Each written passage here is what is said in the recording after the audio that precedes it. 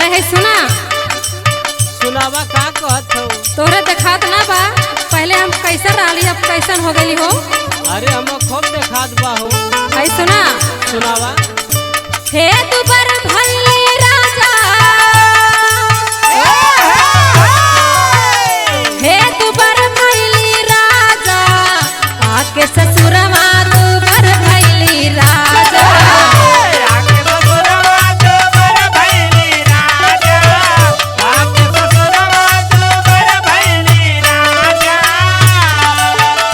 हे दुबर भइली राजा दुबर भइली राजा आके ससुरवा दुबर भइली राजा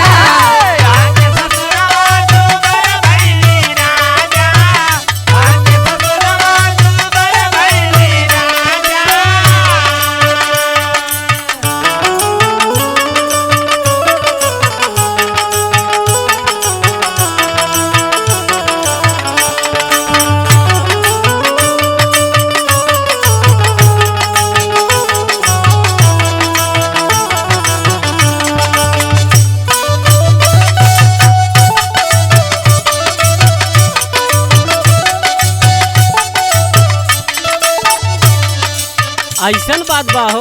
हाँ हो हो कौनो और से तो ना लौकत हो एकदम। ए हई जो तोहरे अम्मा है का भइलो। दिन भर पर करे रहा थे। अरे तो करिए ना काम धाम ना करबू तो। है सुना सुनावा। अम्मा तोहार हमसे कमावा करावे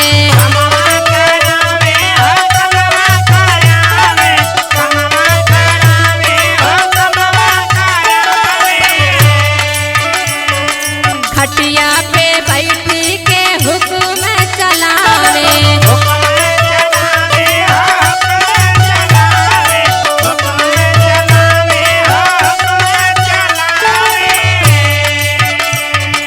ई हाल बा तोहरे अम्मा के हो। अच्छा हाँ अम्मा तोहार हमसे कमावा करावे खटिया पे बैठी के हुक्म चलावे हरे बहिनी तोहारे निडर भइली राजा आके ससुरवा दुबर भइली राजा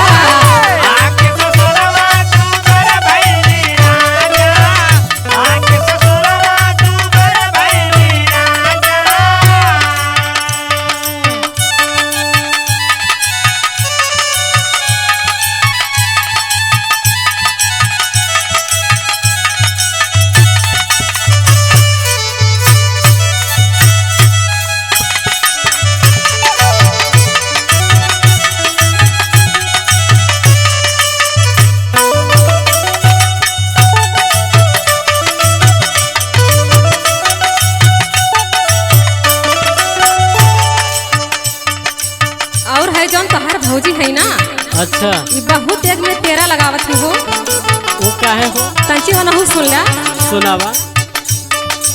भौजी तोहार करे खूब पटीदारी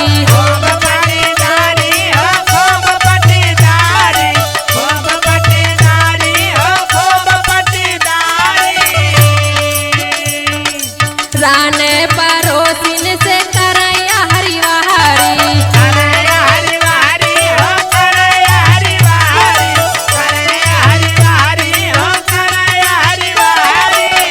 ये है तोहरे घर का सच्चाई। अच्छा। हाँ भौजी तोहार करे खूब पटीदारी राने पड़ोसिन